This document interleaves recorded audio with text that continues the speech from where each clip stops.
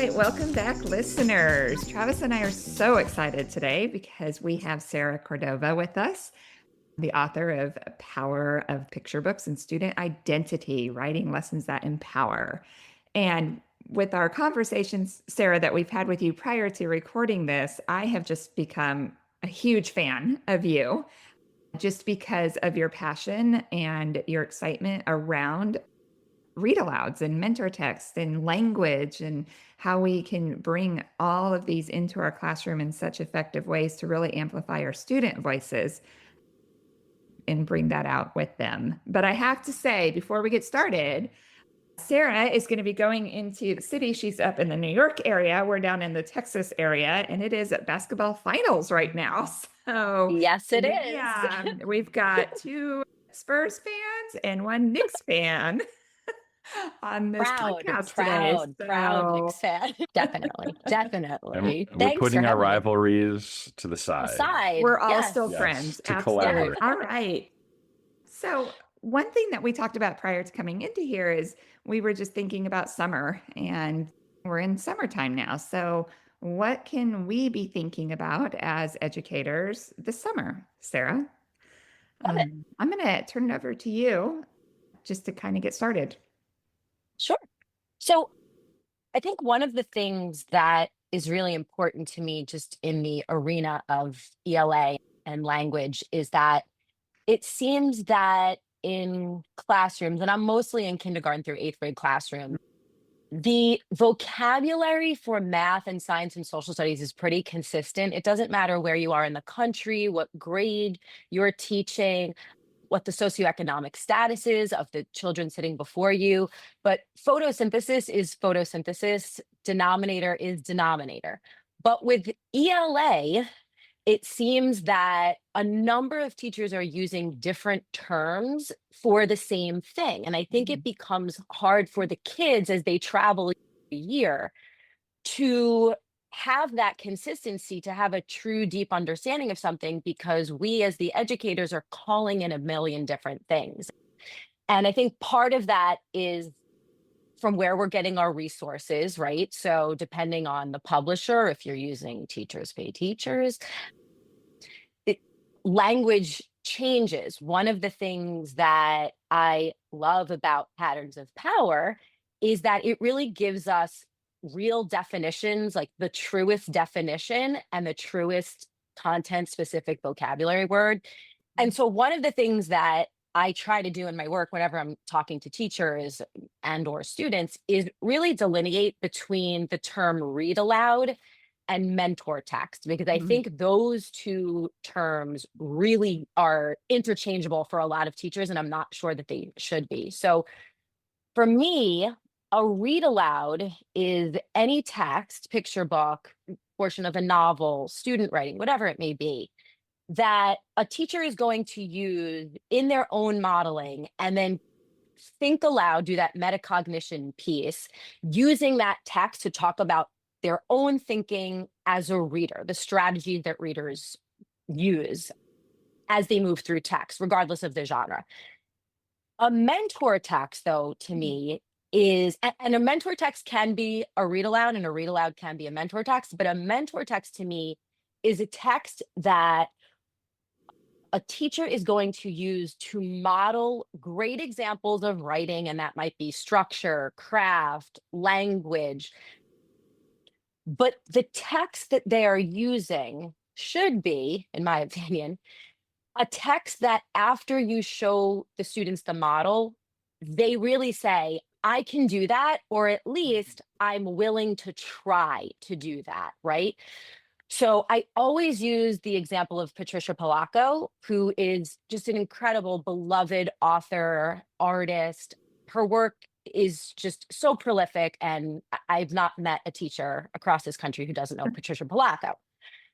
But I use the example of her books because I think a Patricia Polacco book in, let's say, a third or fourth grade class would be a fantastic read aloud to read a portion of the text to students and then talk about your own thinking as you're navigating the text. I would never use a Patricia Polacco text in a third or fourth grade classroom as a mentor text because it is, in my opinion, way too sophisticated for a child of that age to emulate. The way that she writes, the length at which she writes. Her books are long. They're 32 pages, but they're long if you type them out. The content that she's talking about is, it's just not something that's easily used as a mentor, as a teaching tool in a third or fourth grade class. And so if you think about Polacco, I think sometimes that's the easiest way to kind of differentiate between the read aloud and the mentor text. But the vocabulary piece to me in ELA is, I think, part of why students are not holding on to a lot of the strategies we're teaching because we are giving things different names all the time, if that makes sense. When you're talking about the read aloud and how that's your time to think aloud and model the thinking that happens at metacognition, I tied it directly back to comprehension, right? The read aloud is for comprehension purposes and the mentor text is for composition purposes. We have this read aloud, and if we're really focusing on comprehension, that's what we're going to use it for. But if we're focusing on composition, we're going to choose a text that really allows the students to emulate from there. And like you said, some of the read alouds can be as well, but some are better suited just for read aloud. Yes. I love the idea of comprehension versus composition. I like that you took me talking for 5 minutes and summed it up in 15. I loved it.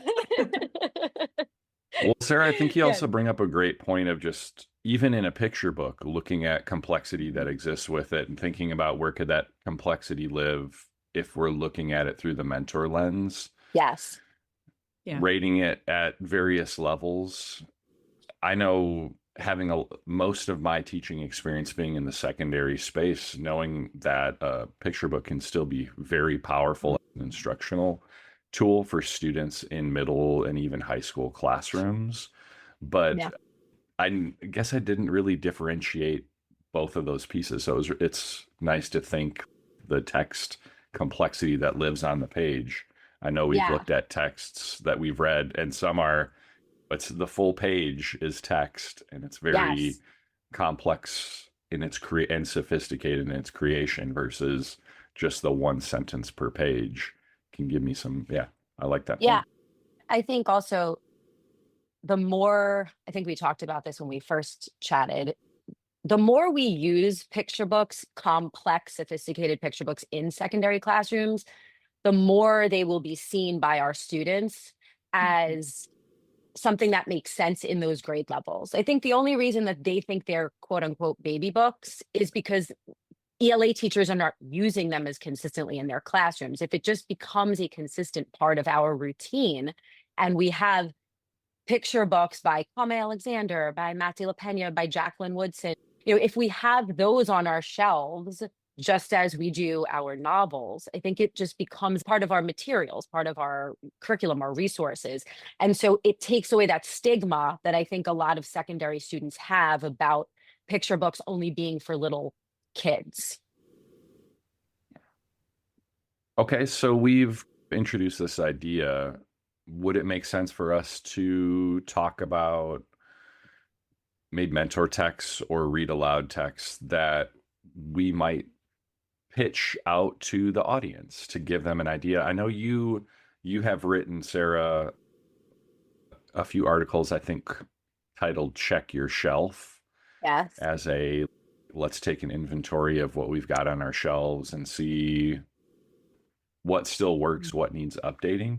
Would that be beneficial for our time to shift into a conversation around that? Yeah, I think that would be great. I understand why teachers continue to use the same books year after year. I don't fault them. I think some of them are just wonderful texts, and we keep them around because they've always worked, and the students have always had success with emulating what those authors are doing on the pages. So I get why they keep those. I think they also keep them in their wheelhouse sometimes because they just don't have the time to research other mentor texts. They don't have, my days are spent putting Post-it notes in picture books pulling out all of the potential mini lessons. I know that most classroom teachers don't have that time or aren't given the time by their administrators regularly. But I think one of the things that I started to think about when I wrote those articles back, the first one was done during the pandemic, really was one, are there other books out there that can serve the same purposes as books that were written in the 1980s, the 1990s? Because so much has changed. And I just, it felt really ironic because we were literally going through a global pandemic at the time. But I also started looking at it through the lens of identity. And I started reflecting on so many of the picture books that were in my own fourth grade classroom and how they were not diverse at all.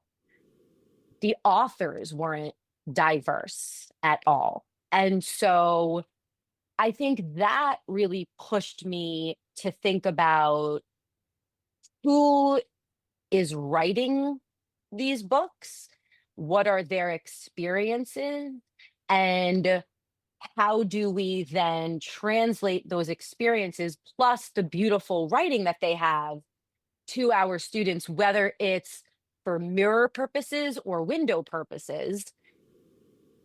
How do we pull those books in? Because for me, and I think the book that I wrote was really about saving time. I know we don't have more time in our day to do a little chunk of, let's talk about identity now. And I don't think that's effective either.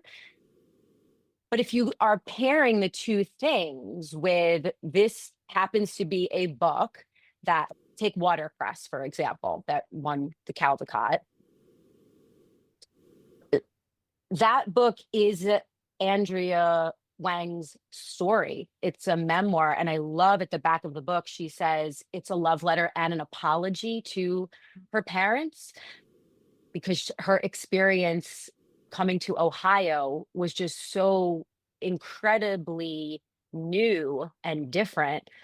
And so that book is so gorgeous, so rich with language, this very touching emotional story. But it also is this incredible experience of her entire family emigrating here to the United States and being dropped in Ohio. um, so, I think books like that we can really double dip into and save time, be more efficient, is really the way to go. And I know that it's no knock to the books that I used to use and still do pull out from time to time. But I think it's like, when you know better, you do better. And I think in 2026, we know a lot more than we did in the early 2000s. And so for me, really looking at the author, the stories that are being told, and not necessarily choosing books that are overt. Let's talk about immigrating to a different country. Let's talk about a child with special needs. It really still comes down to the story. Right. And if it's a solid story and if it's written well and can teach students something that they can use in their own writing. Yeah. And really paying attention to who's represented in that story, right? Like, it is For sure. about the story, but then we do want to pay attention to who's being represented there and what Yeah. life experiences are being represented. This is why I always say to teachers, look at the back of the book and the jacket before you read the book, because in Watercress, for example, there's an author's note, not just from Andrea, but from Jason Chin also. And so and even looking at their websites or searching for YouTube clips of them talking about the book before you share it with your students, whether it's a read aloud or a mentor text, that I think is such an important piece of it too, like knowing, where do these stories come from? Why are they important? I'm just looking at my stack here. Something Good by Marcy Campbell, illustrated by Karina Lukin, is also one of my most favorite books. And at the back of the book, Marcy talks about there were 2 instances of hate crimes in her children's elementary schools. That's Mhm. where that story comes from. Just reading that book from page one until the last word is very different that, than reading what Marcy talked about and how that idea came about, that it was a personal thing that was happening in her own children's school. So I think always Mhm. looking at that back matter, doing a little research on the mentor text that you're choosing before you read them really elevates and highlights that diversity, that identity piece, and that inspiration piece, which sometimes we're just hypothesizing about. We say, I think maybe Marcy wrote this book because of this, or why might have Marcy written this book? But when we actually know because they've shared that with the reader, I think it's really important that we share that with our students as well. Awesome. So if we were to think about the mentor text that we're using coming up this year, what are some things that we should consider if we were going to take an inventory of our mentor text? And as we think about, do we keep or do we update or what do we do here? I think what has helped me is so my alma mater, I got my master's at NYU. Again, very proud, New York. Let's go Knicks. And Goes first, go. I Okay. and the School of Education, which is Steinhardt, a number of years ago came out with this thing called the NYU scorecard. You can look it up on Google. It comes right up. It's the top piece. And it's really this incredibly developed, it's a report card. It's a checklist of things that teachers can look for within their libraries. It deals with Hmm. representation and both in character and in author and illustrator. I think that's a really great resource to start, even if it's a very they have a whole scoring system, but even if it's just a very informal check of your library, I think copyright dates mean a lot. I don't know that we Mhm. necessarily check copyright dates as much as we should. I know we do that for informational texts. I don't know that we do that for narrative text as Mhm. much. I think that's a really good thing to think about. And again, that idea of what is the message, both overtly and covertly, that this author is trying to send to students, or the message that is being sent to students, maybe unintentionally. I think it's really important that we take a look at who's sitting in front of us in our classroom and ask Mhm. ourselves, are the books that I am reading representative of the children that I'm teaching? And so we come back to that doors and windows piece, but we may have talked about this the first time. There is so much power in the books that we choose as teachers to be our read aloud and our mentor text. I don't know that every teacher recognizes the power that we have in selecting books and the messages that those books that we select give to kids, whether or not we say it, right? So, Mhm. us holding up a book every day and saying, this is what we're going to read, and then us talking about how much we love it and how well developed it is, and the language and the characters, those are unintentional messages of, I think this is great. I believe this is what a family should look like, a child should experience. And so sometimes I think we may be sending messages without any malintent, but that is what our youngest kids are thinking. Mrs. Cordova loves this book, but that character and that family doesn't look anything like mine does. Mhm. And so, what is that kind of message? So, again, I think really thinking about when I share this story, what does the family make up? Like these little tiny things that maybe we don't think about because we're overwhelmed with so many other pieces during our day, but it makes a huge difference. I think we have tremendous power. I always used to say to my children's teachers at conferences when they would find out what I did for a living, I'd be like, no, you don't understand. You're much more powerful in this area than I could ever be. And so I think we, educators hold a lot of power in their hands, whether they know it or not. Definitely. Definitely. And I know that It's probably been since 2020 where I've paid so much more attention to the books that I choose even to use in my presentations and when I go into classrooms of just not always about my representation, but other Yes. representation out there. So it's definitely something that is on my mind a lot. Yeah. Yeah. How do we feel about maybe elevating a book that we're vibing with right now? That might be something that we Love could it. suggest to the audience to take a look at, maybe a little bit deeper, at least do a Google search and check into it.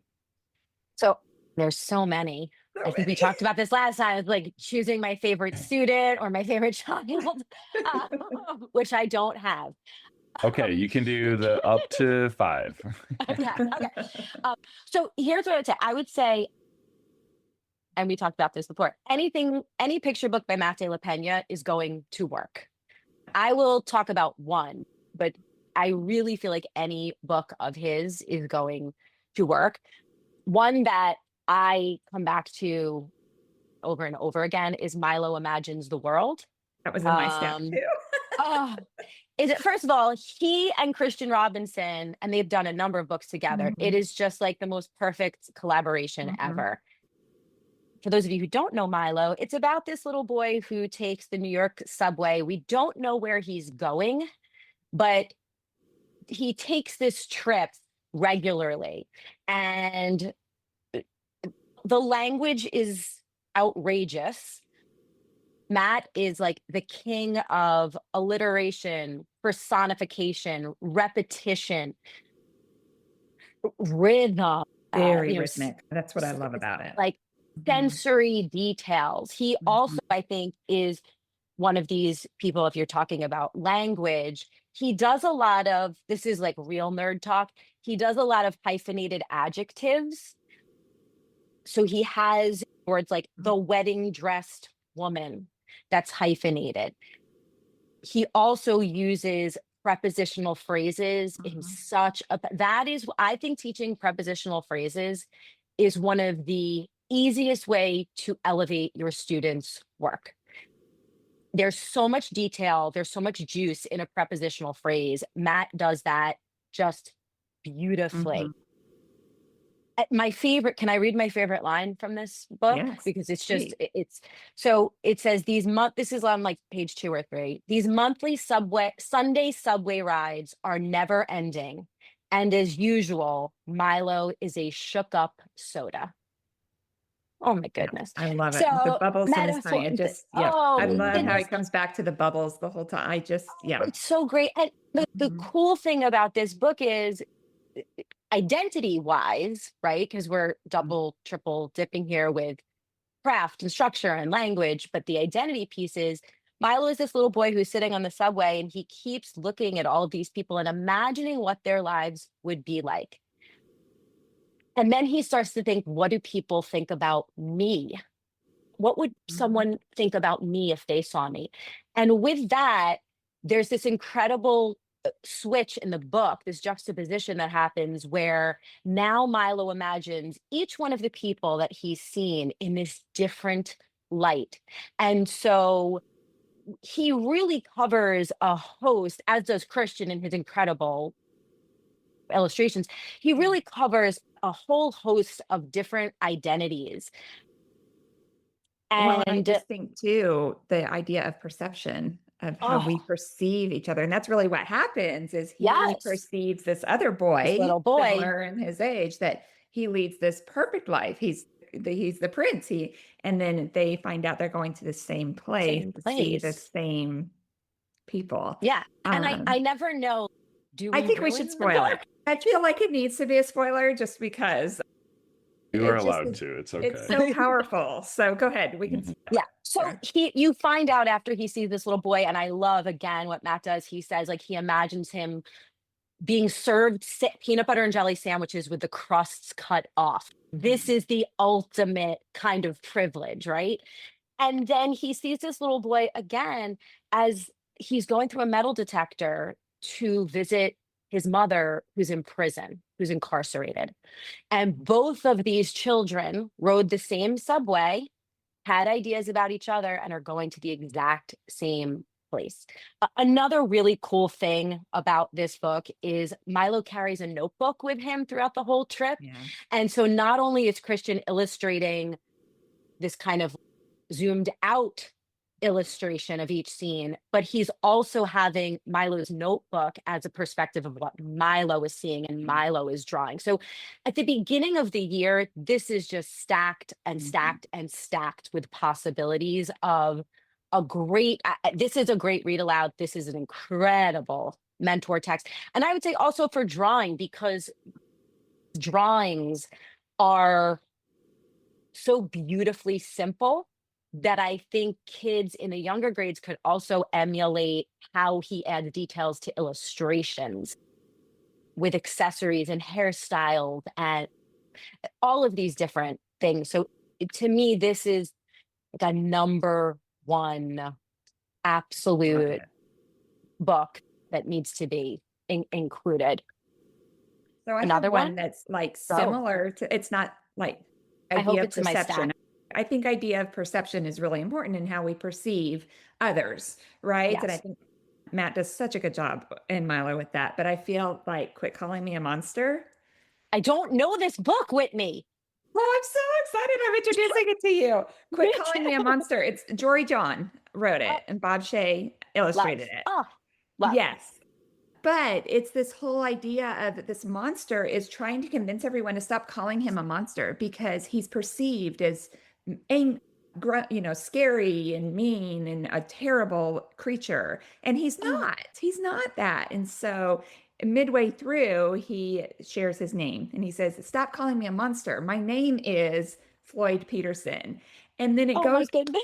so then it comes back to everything he's talked about up to this point of perception. And imagine if you knew me as Floyd instead of a monster, Oh, what would change? And so it goes through all and ends with he's sleeping in the closet and the child calls out, "Daddy, I think there's a monster in my closet." And Daddy sends back, "Don't worry, son, it's just Floyd Peterson." Floyd. And he says, "Oh, okay, good night." And he's relaxed.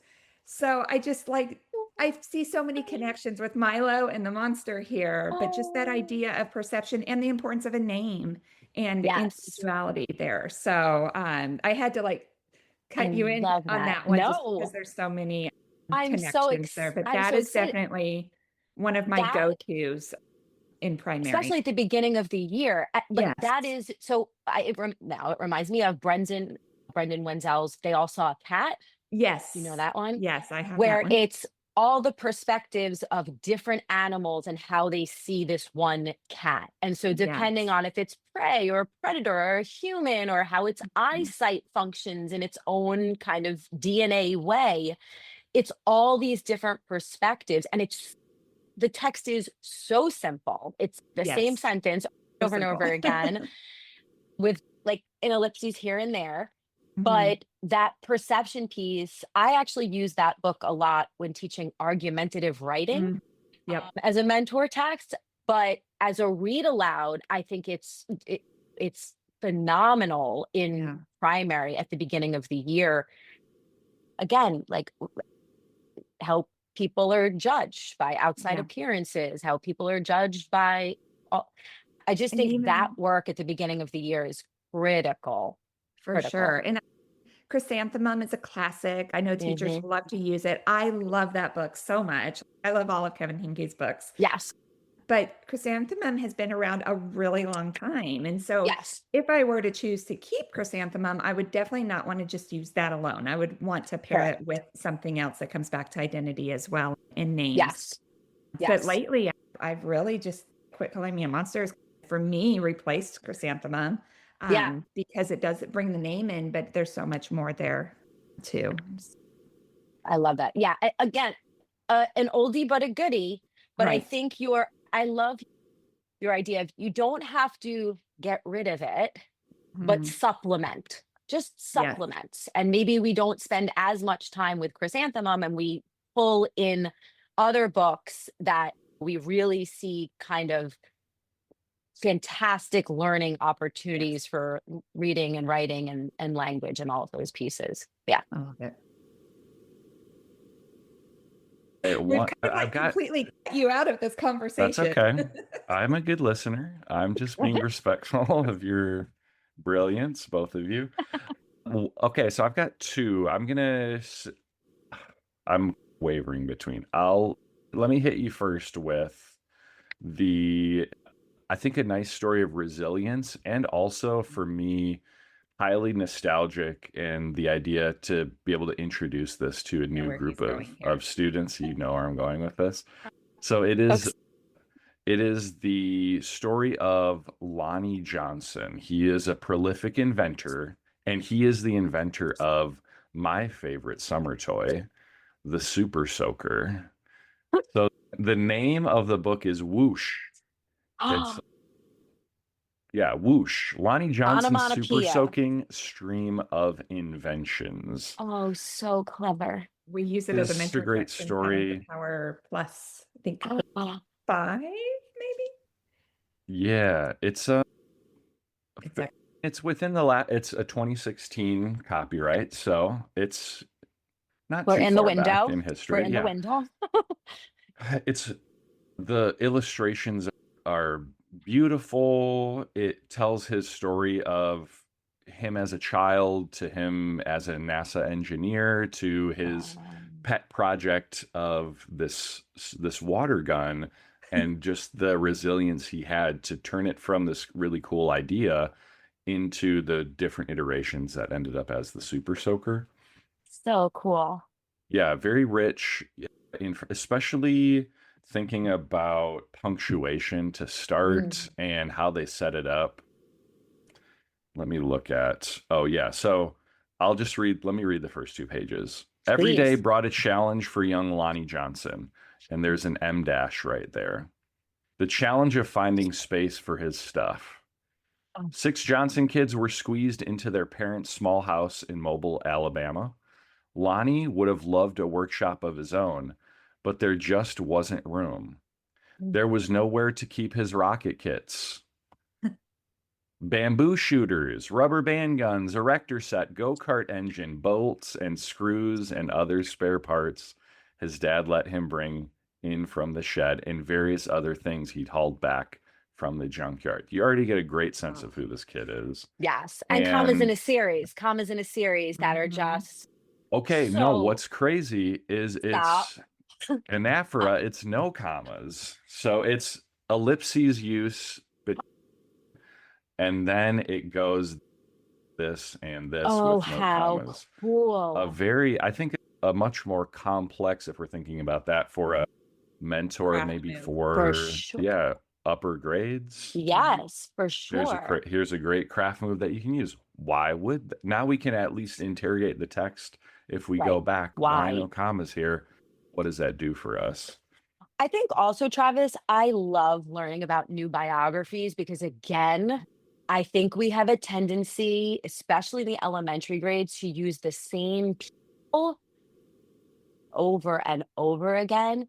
And the idea of kids seeing the invention of the super soaker and understanding his life as a child, like that is just so much more engaging than the same biography that we've been using since 1998, which again, I know it's comfortable and I know maybe you have all of your handouts and but to me, those 2 pages, like I'm in it.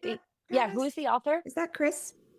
Chris Yeah. Barton, Okay. illustrated by Don Tate.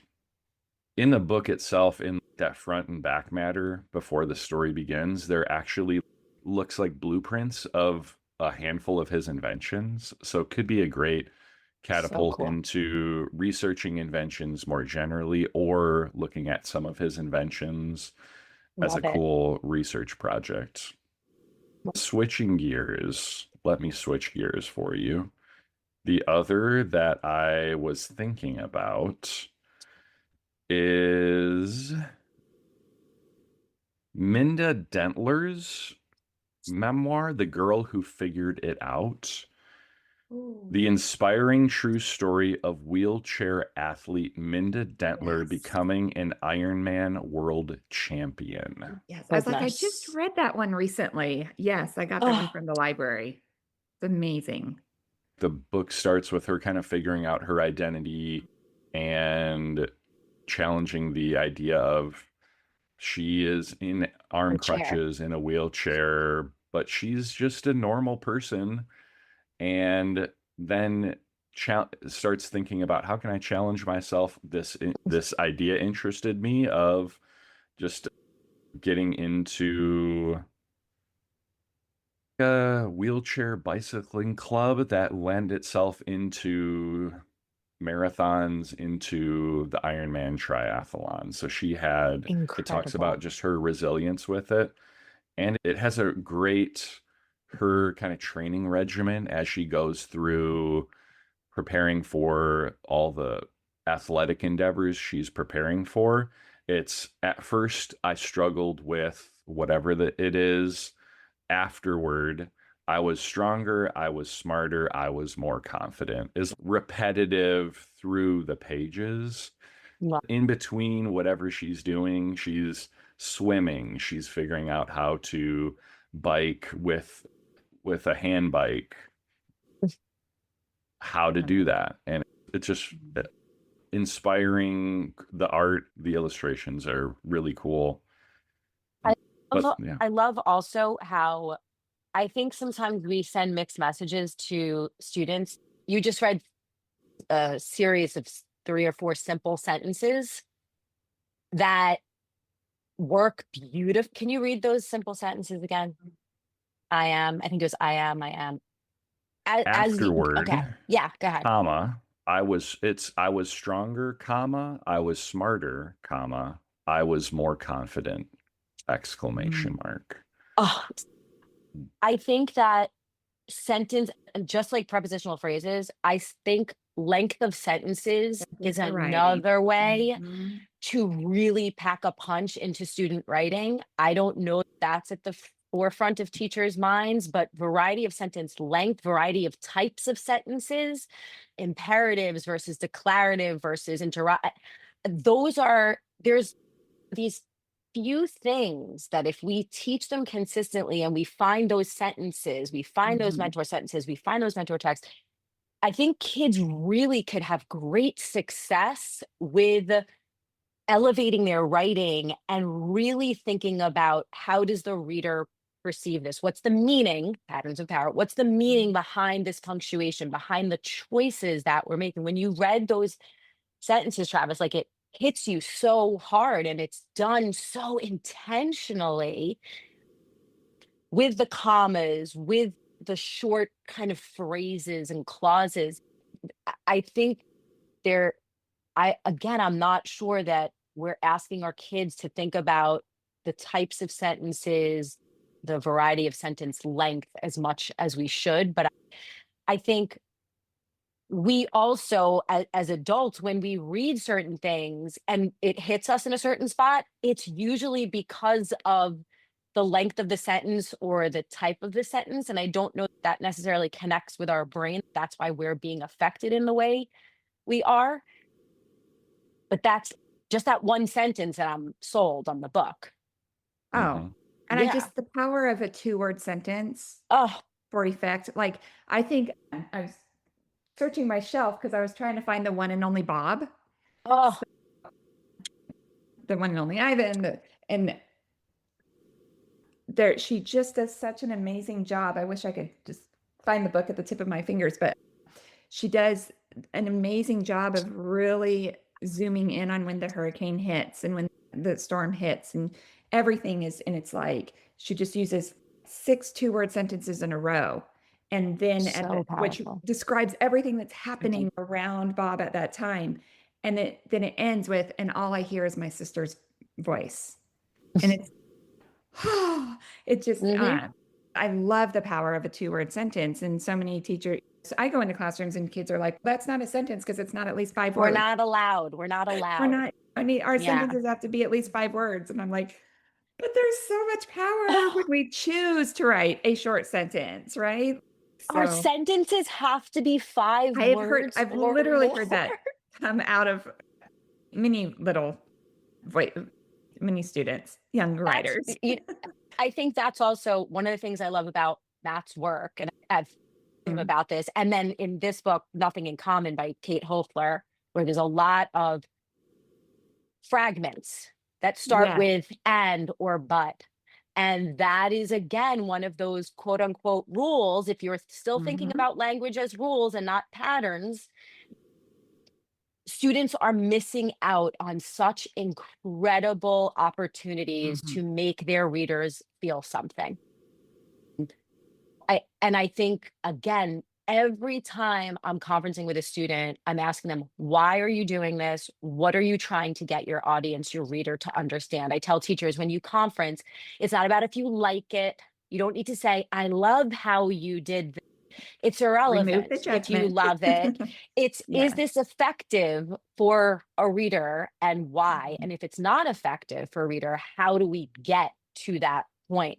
And so I think those fragments, those 2-word sentences, when you're in the mindset of rules, you're not allowing your students to, which is what patterns of power, play and experiment with language in Mhm. a way that, again, hits our heart differently.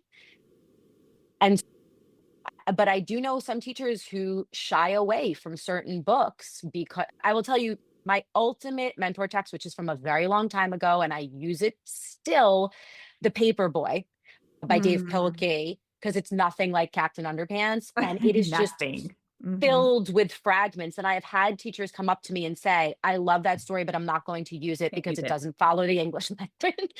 And it has a medal. It has a medal on it, has a Caldecott honor medal on Mhm. the, and they're telling me it's not good enough. So I think that it's that mind shift, though. It's rules versus patterns of Patterns. meaning, and looking through that lens and getting, allowing then our students to really understand the intention of every author and Mhm. illustrator, the decisions that they make. How do you both feel about if you want this shift to happen in the classroom where you're looking at the intention behind certain choices, making that part of your that metacognitive thinking in the read aloud, Mm, stopping every once in a while and say, just elevating, oh, I noticed the author did this. This yeah, is Mhm. what I'm thinking. This is what it's doing to me as a reader. Do you yeah. think the building in of that as just a natural move with a read aloud could be helpful for shifting Absolutely. into maybe a change in thinking around craft choices?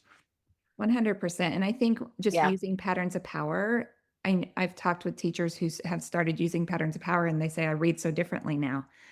Just Yes. as I'm reading aloud, I'm going, oh, we could stop and talk about this right now. And they're just naturally noticing more. And I think that students then tend to naturally notice more once they have these conversations around the choices these authors made. And with us modeling the thinking with that, they can do that too, for I sure. think also, Travis, when you were talking, again, the listeners can't see, but Whitney and I were shaking our heads. Yes, 100%, 100%. But I think it's also how we use our time during reading and during our writing instruction.